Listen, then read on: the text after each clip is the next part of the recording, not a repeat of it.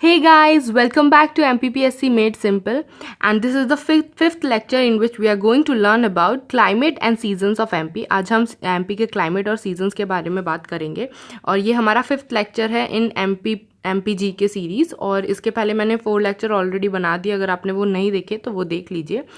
और इस लेक्चर में हम बात करने वाले हैं कि क्लाइमेटिक चेंजेस कैसे कैसे होते हैं एमपी में और कौन कौन से सीजन्स प्रिवेलिंग हैं, उनकी क्या कैरेक्टरिस्टिक है।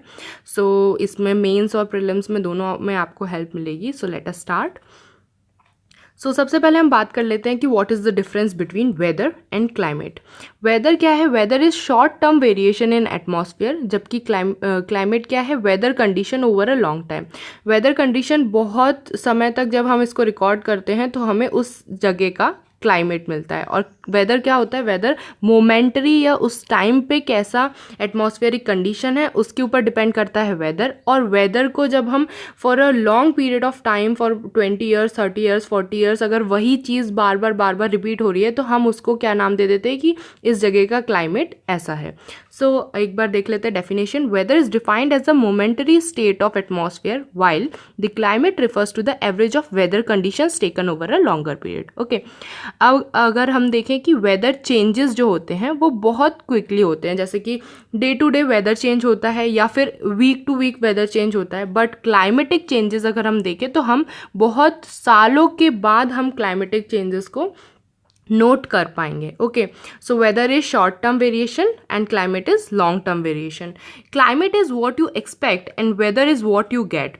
इस लाइन का मतलब क्या है? फॉर एग्जाम्पल, अगर हम सितंबर के महीने में हैं तो हम एक्सपेक्ट करेंगे कि वहाँ पे रेनफॉल होनी चाहिए उस टाइम पे। फॉर एग्जाम्पल, सितंबर में रेनफॉल हम एक्सपेक्ट करते हैं क्योंकि that is rainy season. Okay, but अगर रेनफॉल नहीं हो रही है और बहुत गर्मी है तो that is weather of that day, और जो अगर ऐसा कोई वीक है तो weather of that week. But the climate is कि वहाँ पे रेनफॉल होनी चाहिए। तो climate is what you expect and weather is what you get. Okay, so let us move. अब हम देखते हैं कि व्हाट आर द फैक्टर्स जो डिटरमाइन करते हैं क्लाइमेट किसी प्लेस का।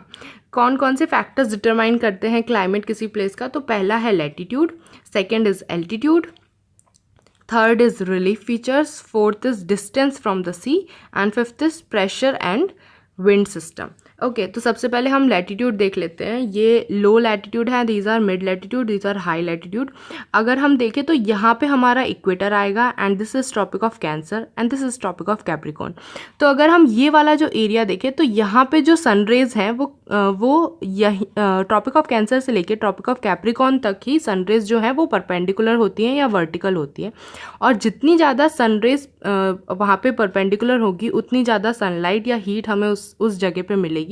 उसके कारण जो टेम्परेचर है वो इफेक्ट होगा और अल्टीमेटली जो क्लाइमेट है वो इफेक्ट होगा। ओके, तो ये जो ट्रॉपिकल एरिया है ट्रॉपिक ऑफ कैंसर से ट्रॉपिक ऑफ कैप्रिकॉर्न तक, ये हमेशा यहाँ पे hot, this is hot area. Okay, अगर हम ऊपर मिडिल लैटिट्यूड के पास जाएं तो this is warm area. As well as अगर हमें पता हो कि पोलर साइड हम सब जानते हैं कि वहाँ पे आइस होती है तो डैट इज कोल्ड एरिया। तो बिकॉज ऑफ इंसोलेशन या हीट जो आती है सन से या सनलाइट जो आती है उसके कारण जो हमारी अर्थ है, लैटिट्यूड जो अपर लैटिट्यूड है, जो हाई लैटिट्यूड है वहाँ पे कोल्ड होता है, लेकिन जो लोअर लैटिट्यूड है वहाँ पे जो क्लाइमेट है वो हॉट होता है। Okay, so latitude define the climate of this place. उसके बाद अगर हम एल्टीट्यूड की बात करें तो जैसे आप सभी ने देखा होगा कि हम हिमालयाज़ या किसी भी माउंटेन रेंज पे अगर ऊपर जाते हैं, जितने भी हिल स्टेशन हैं वहाँ ऊपर जाते हैं तो ऊपर जो है वो टेम्परेचर बहुत कम होता है। तो with the altitude temperature change होता है और उसके साथ साथ क्लाइमेट भी चेंज होता है। ओके, तो अगर हम तीसरी बात करें तो रिलीफ फीचर्स, जैसे आप सभी ने देखा होगा कि हिमालयाज़ के कारण जो है, जो हमारी जो कंट्री है वो जो साइबेरिया से जो कोल्ड विंड्स आती हैं वो हिमालयाज़ के कारण रुक जाती है और इंडिया तक नहीं आ पाती है ना। तो इसी तरीके से जो अलग अलग रिलीफ फीचर होते हैं, फॉर एग्जांपल कहीं पे प्लेन है, कहीं पे प्लेट्यू है, कहीं पे माउंटेन है, ये सारे रिलीफ फीचर के कारण अलग अलग तरीके से क्लाइमेट एक्सपीरियंस करती है कोई भी जगह।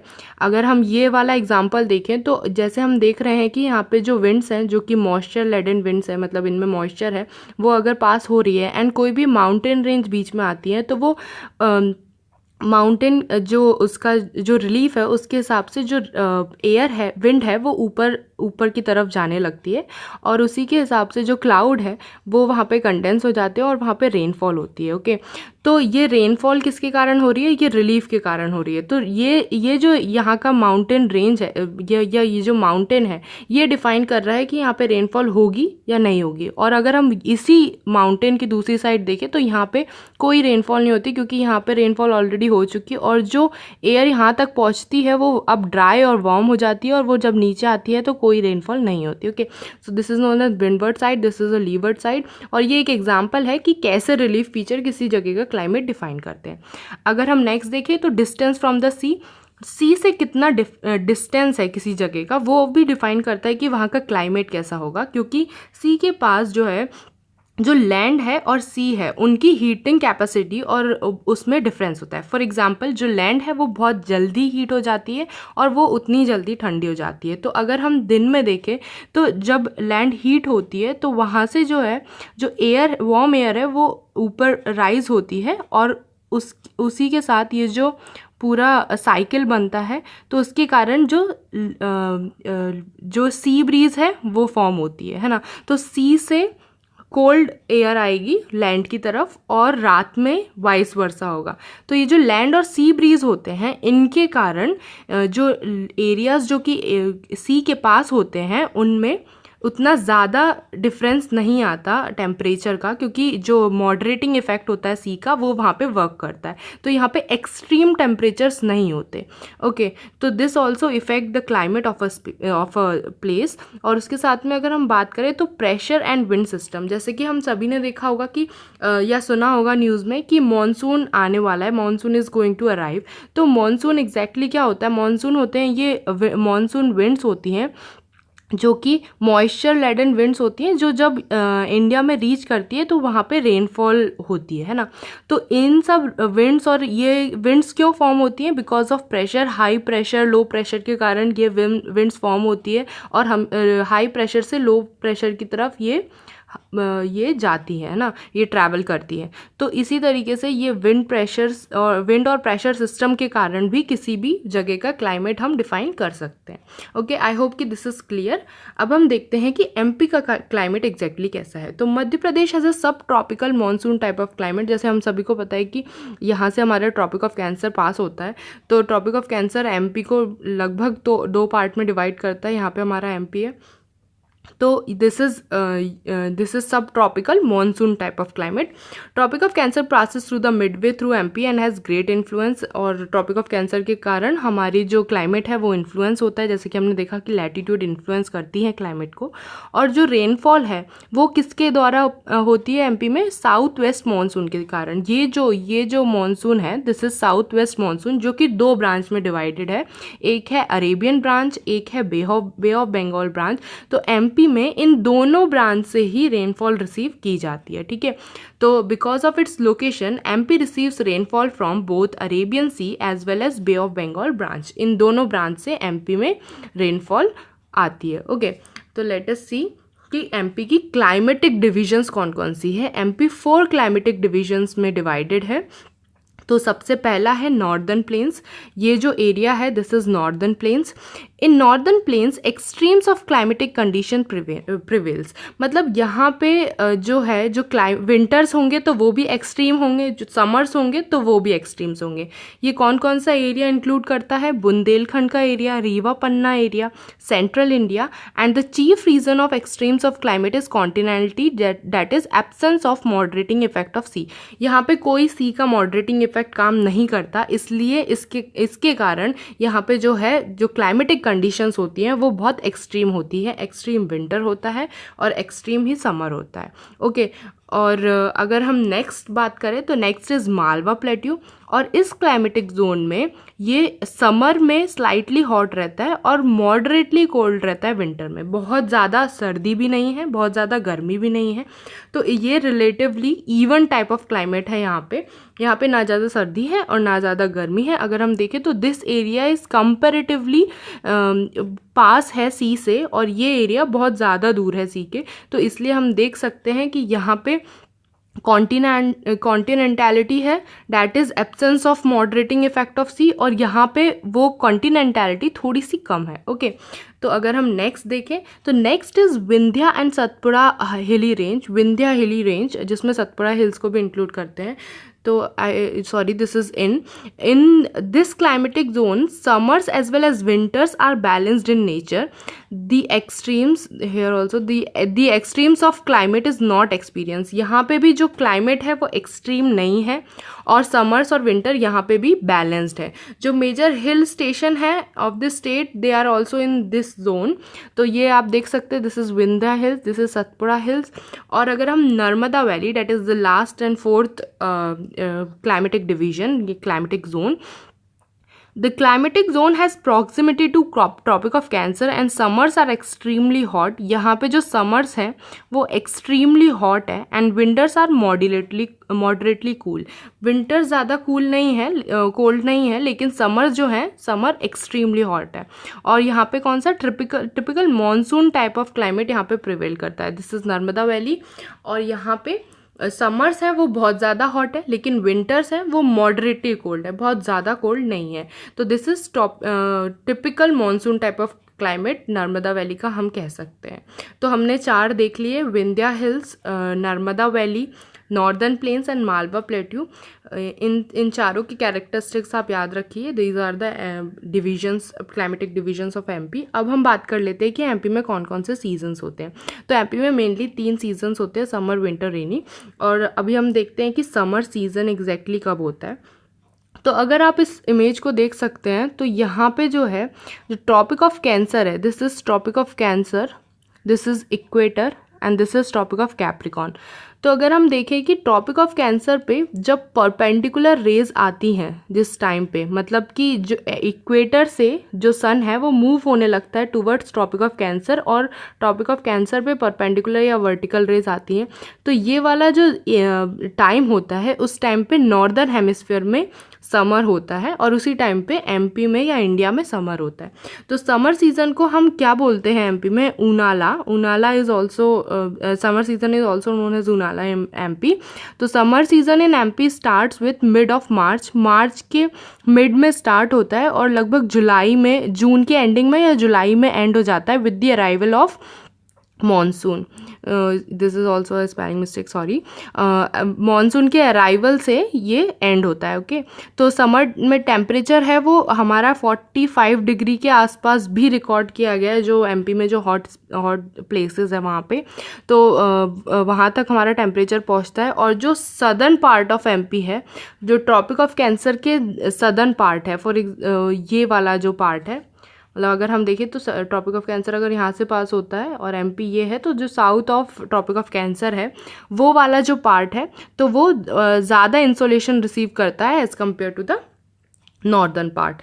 तो सदर्न पार्ट में ज़्यादा गर्मी है। ओके और हमने अभी देखा भी कि नर्मदा वैली में जो समर है वो भी एक्सट्रीम है। ओके तो अगर हम देखें तो समर सीज़न में क्या है कि मार्च से लेके जुलाई तक है, एंड टेम्परेचर हमारा 45 डिग्री के आसपास तक पहुंच जाता है।